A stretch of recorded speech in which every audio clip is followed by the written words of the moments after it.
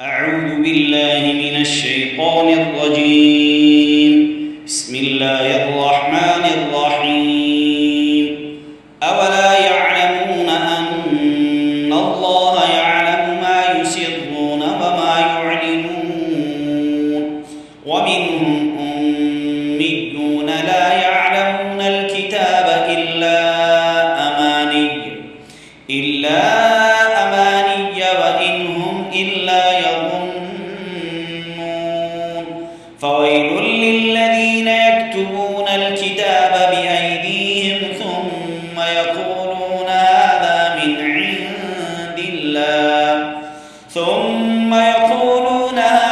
من عند الله ليشتروا به ثمنا قليلا.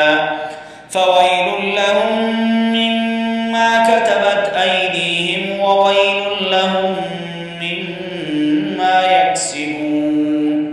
وقالوا لن تمسنا النار إلا أياما معدودة.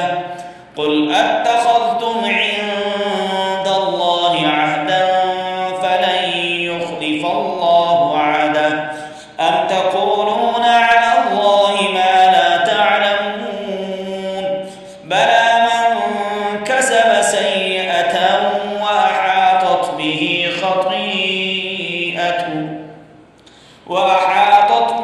خطيئته فأولئك أصحاب النار هم فيها خالدون.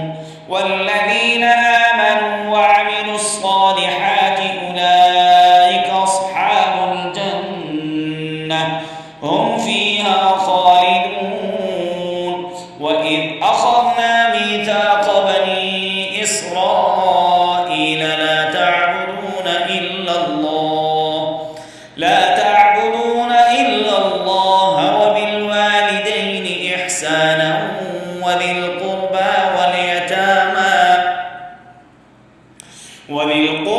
واليتامى والمساكين وقولوا للناس حسنا وأقيموا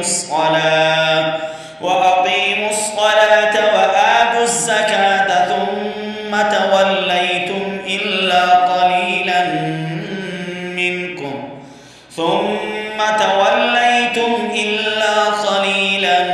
منكم وأنتم معرضون.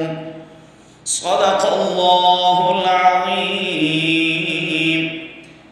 आज हम आपको पढ़ा रहे हैं 11वां सबक। आप कुरान मजीद 15 लाइनों वाला कुरान मजीद सामने रखें और सफ़ा नंबर 12 आप अपने सामने रखकर आप पढ़िए। आप इंशाअल्लाह ताला इस तरह जिस तरह पढ़ा जा रहा है इस तरह पढ़ें। इंशाअल्लाह आप कुरान पाक जल्द सीख जाएंगे। अस्सलामु अलैकुम।